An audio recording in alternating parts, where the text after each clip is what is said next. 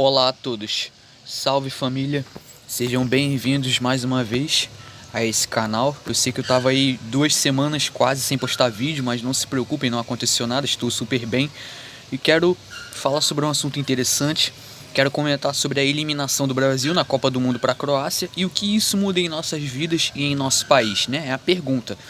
Eu não vou falar de futebol em si, vou falar até um pouco de futebol, mas eu vou usar a eliminação do Brasil e esse assunto para promover um raciocínio, certo? Pois bem, então vamos lá, sem mais delongas. Então, meus amigos, eu sei que muitos de vocês, como despertos, não dão muita importância mais para a Copa do Mundo, nem futebol, nem estão interessados se a seleção vai vencer ou não. Mas todo mundo aí ficou ciente que no dia 9 de dezembro, né, desse mês, nas quartas de finais da Copa do Mundo no Catar, rolou o jogo entre Brasil e Croácia, valendo classificação para a semifinal.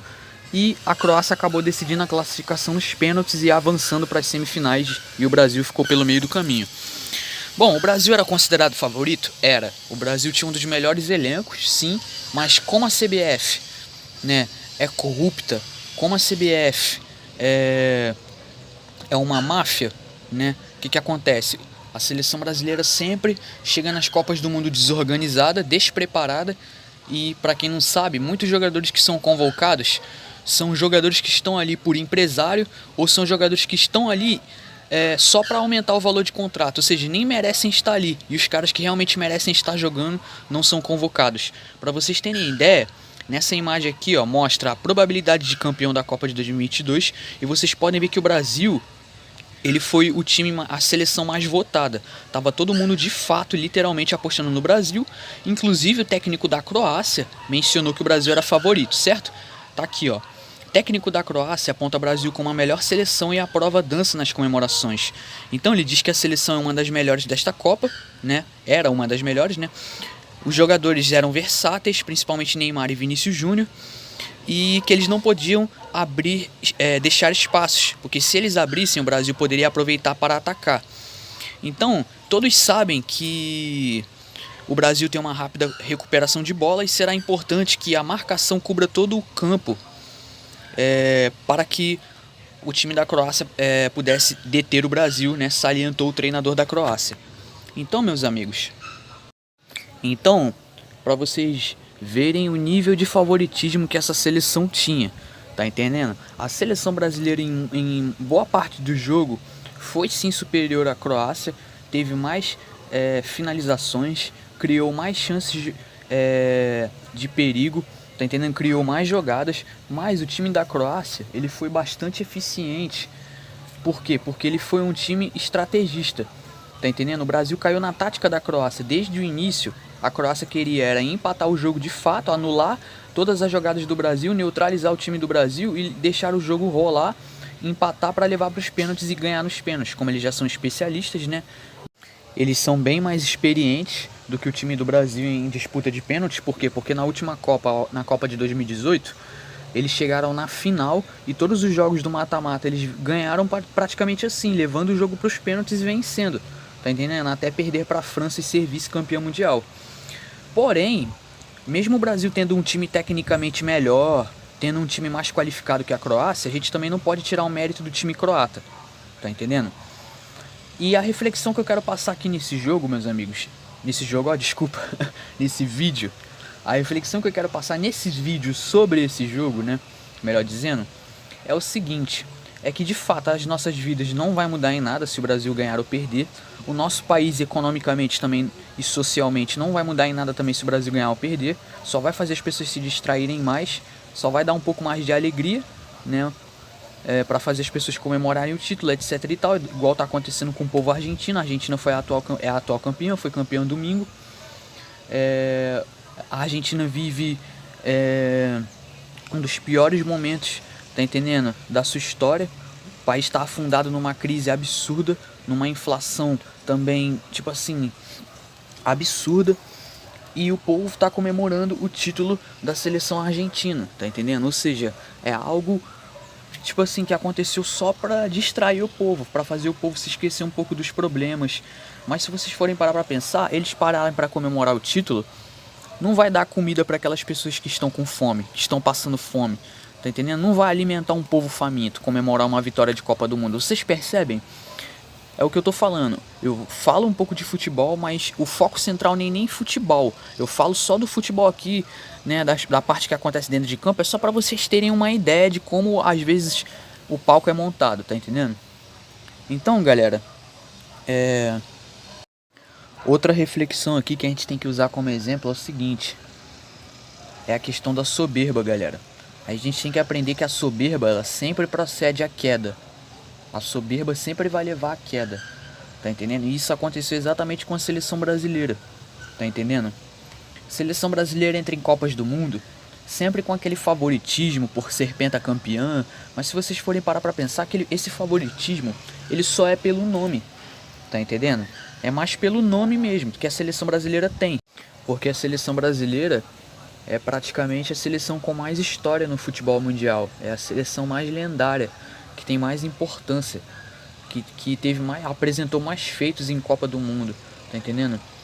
Então a seleção brasileira é conhecida por ser pentacampeão, por ter tido grandes craques no passado, tá entendendo?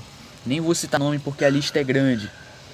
Então tem todo esse favoritismo, incluindo o nome que a seleção carrega, o peso das 5 estrelas, mas não por futebol.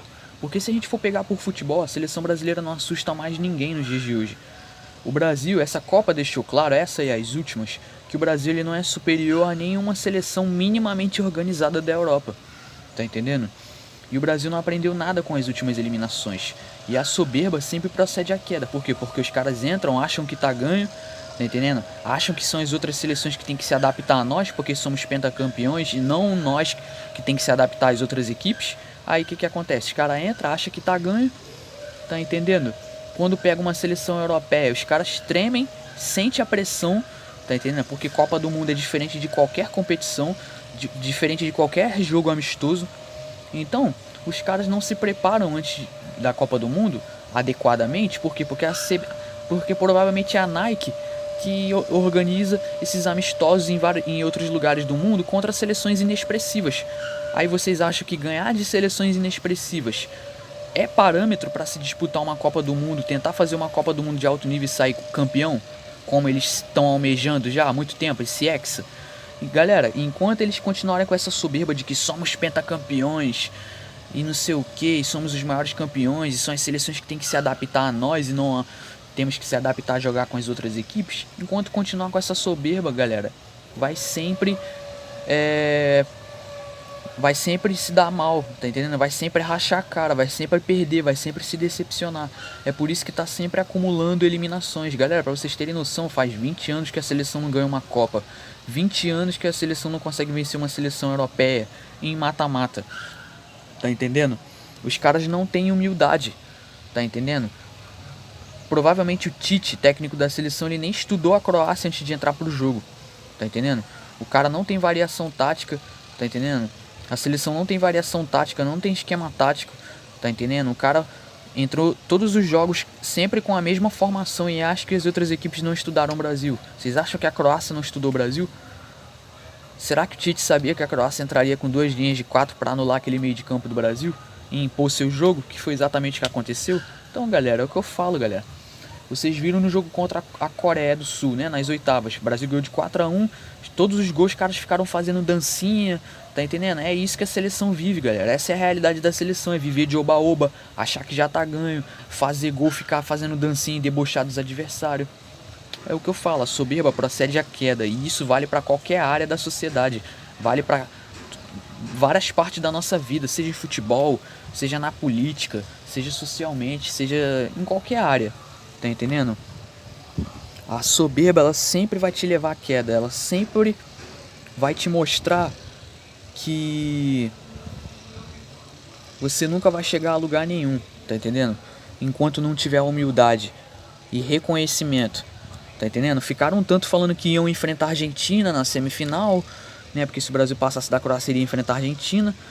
Falaram tanto que acabaram esquecendo que tinha um adversário pelo caminho. Que eles deveriam primeiro vencer a Croácia para depois pensar na Argentina. Não, os caras já estavam pensando na Argentina e ignorando a Croácia. Então, galera, reflexão do vídeo: futebol, derrotas ou vitórias em Copa do Mundo não vai mudar nada na nossa vida, não vai mudar nada no nosso país, tá entendendo?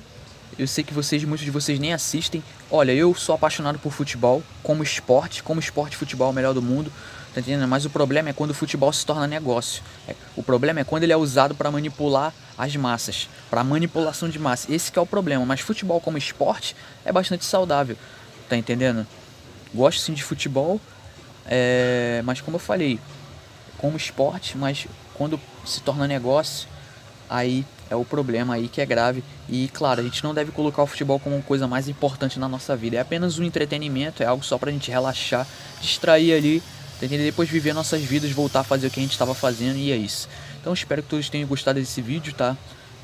Talvez faça mais vídeos trazendo reflexões, né, sobre coisas que aconteceram na Copa e coisas que acontecem até no futebol, no mundo do esporte. Sempre tem algo para nos trazer reflexão, e que a gente nunca deve ser soberbo e devemos ter sempre humildade e ter humildade, né, e maturidade para reconhecer que sempre quando a gente quiser conquistar algo, a gente tem que passar por todos os degraus. A gente não pode pular nenhum degrau. A gente tem que encarar cada desafio como se fosse o último. E o Brasil deveria ter encarado cada jogo como se fosse uma final, com seriedade, maturidade e respeito ao adversário. Bom, vou ficando por aqui, espero que todos tenham gostado e entendido. Deixem seu like se vocês gostarem. Bom, vou ficando por aqui, muito obrigado a todos aí pela paciência. Por hoje é isso, muito obrigado e até mais.